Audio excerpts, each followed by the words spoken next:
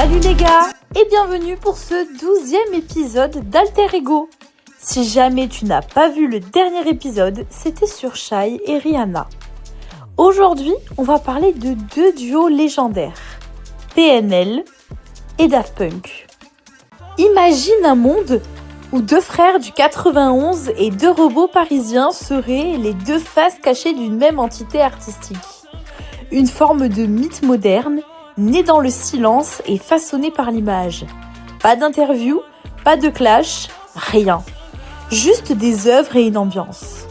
PNL et Daft Punk n'ont rien à prouver, mais tout à transmettre. Ils n'ont pas demandé la lumière, elle est venue à eux, naturellement. Aujourd'hui encore, leur silence résonne plus fort que les punchlines de toute une industrie. Alors aujourd'hui, on va se poser encore cette question. Et si PNL et Daft Punk étaient en réalité la même personne?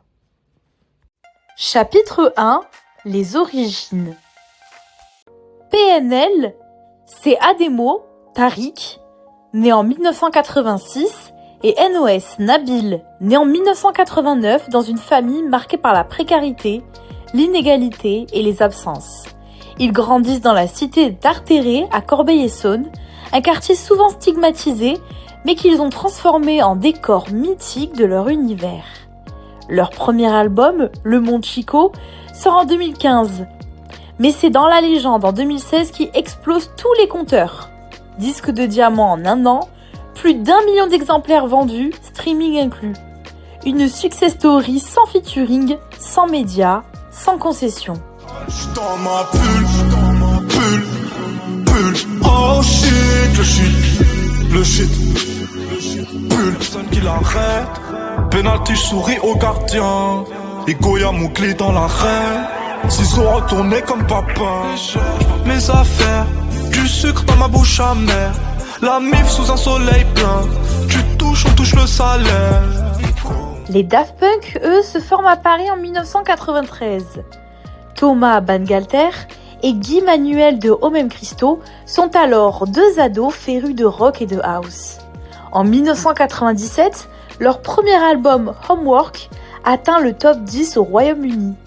Et leur single Around the World tourne en boucle sur MTV, révolutionnant l'électro mondial. Leur rencontre a lieu au lycée Carnot à Paris et très vite ils se mettent à enregistrer des démos dans la chambre des parents de Thomas. Avant Daft Punk, ils avaient un groupe de rock, Darlene, dont un critique dira que c'est un Daft Punky trash, une insulte qui deviendra leur nom de scène. Deux duos français, deux histoires très différentes mais la même ambition, imposer leur vision sans jamais suivre les règles.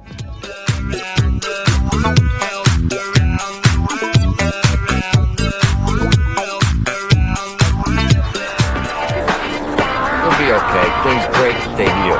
Yeah, my doctor said it's a clean break, which is good. My kid, he busted up his ankle. Chapitre 2, le silence comme outil de communication. Depuis leur début, PNL ont fait du mutisme une arme. Pas d'interview, pas de plateau, pas même une prise de parole publique, sauf pour des remerciements discrets sur Insta. Et pourtant, chaque annonce ou silence créait l'événement. En 2019, leur clip ODD sur la Tour Eiffel atteint 26 millions de vues en une semaine. Ce mutisme n'est pas une timidité, c'est une stratégie. En se retirant du bruit ambiant, ils créent un espace où leur musique devient un mystère. Le silence devient un outil marketing involontaire, mais incroyablement efficace. Chaque sortie est scrutée comme un code à décrypter. Ton cœur, je fais trop de boulettes, je fais tache de sang sur le pull. Je désire nullement vous connaître, ni toi ni ces fils de pute. Je me tire d'ici. Les Daft Punk, eux, décident en 2001 de ne plus apparaître à visage découvert. Ils deviennent littéralement des robots. Leur dernière interview télé remonte à 1997 et depuis, seuls quelques rares mots filtrent à travers leurs œuvres. Le silence devient leur langue maternelle. Ils ne parlent pas. Mais chaque apparition visuelle devient un message. Lorsqu'ils montent sur scène avec Kanye West en 2008 aux Grammy Awards, le public est en feu. Personne ne les avait vus en live depuis 2007. Dans les deux cas, le retrait n'est pas une fuite, c'est une maîtrise totale de leur narration, et c'est ça qui fascine.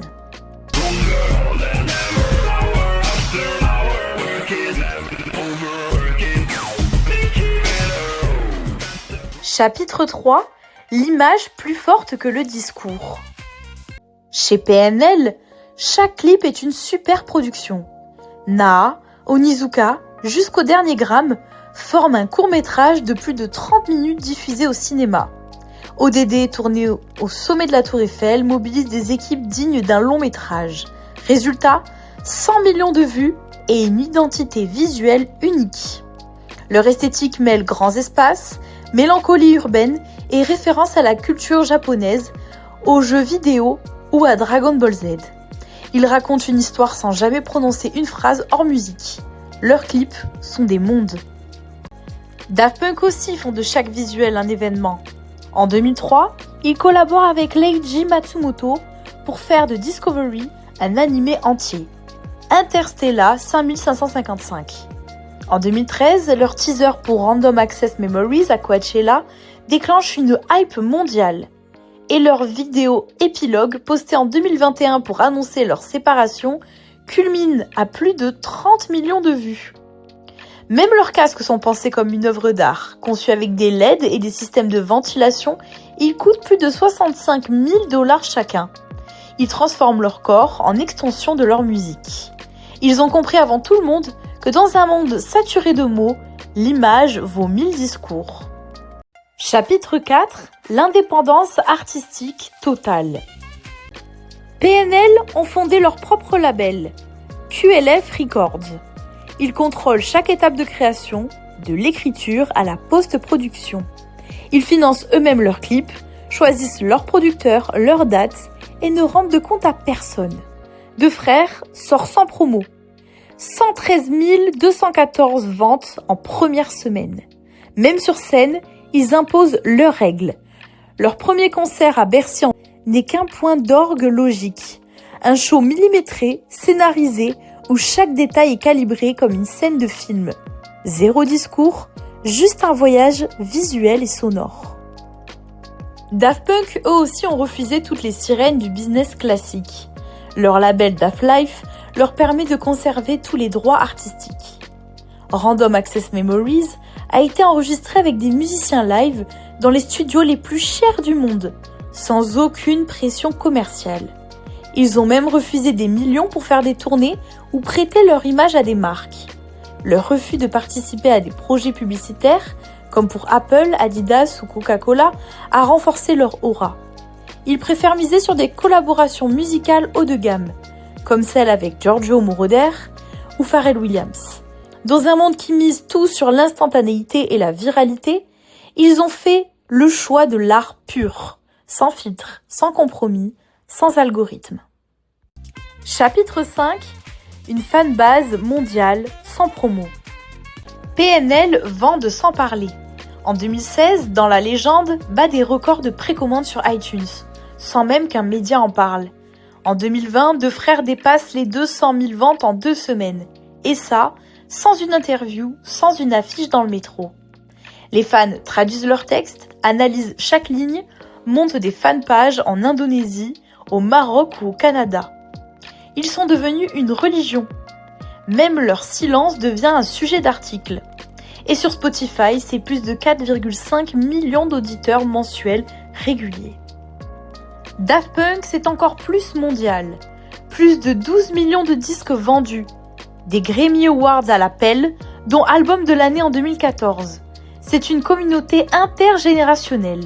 À la sortie de Get Lucky, le titre atteint 1 million de téléchargements en une semaine. En France, c'est un carton. Aux États-Unis, c'est un raz-de-marée. Sur Spotify, Get Lucky dépasse les 950 millions de streams. Et One More Time, plus de 600 millions.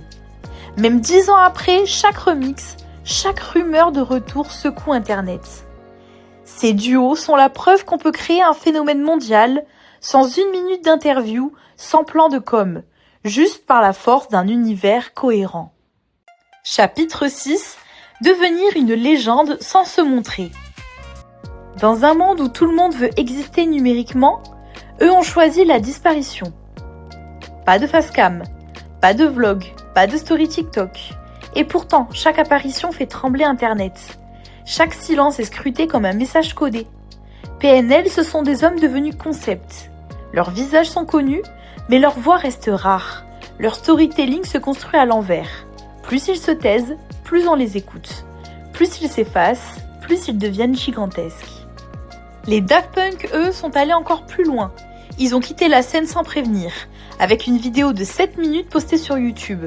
Pas de discours, pas de conférence de presse, juste une explosion. Et un 1993-2021 gravé à l'écran. Et c'est là qu'on comprend. Ils ne sont jamais partis. Ils sont devenus légendaires. Même les hommages qui ont suivi, de The Weeknd à Jean-Pierre Jarre, montrent l'impact générationnel de leur retrait. Quand tu disparais au sommet, tu ne meurs pas. Tu entres dans la légende. En conclusion, PNL et Daft Punk, c'est la même philosophie, le même culte de l'ombre, la même puissance du silence.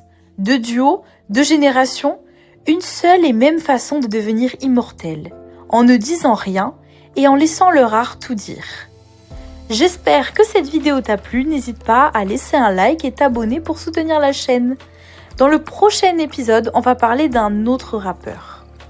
Et certainement mon préféré. Oui, il s'agit de Niska. Mais à ton avis, qui peut être son alter ego ? À très bientôt!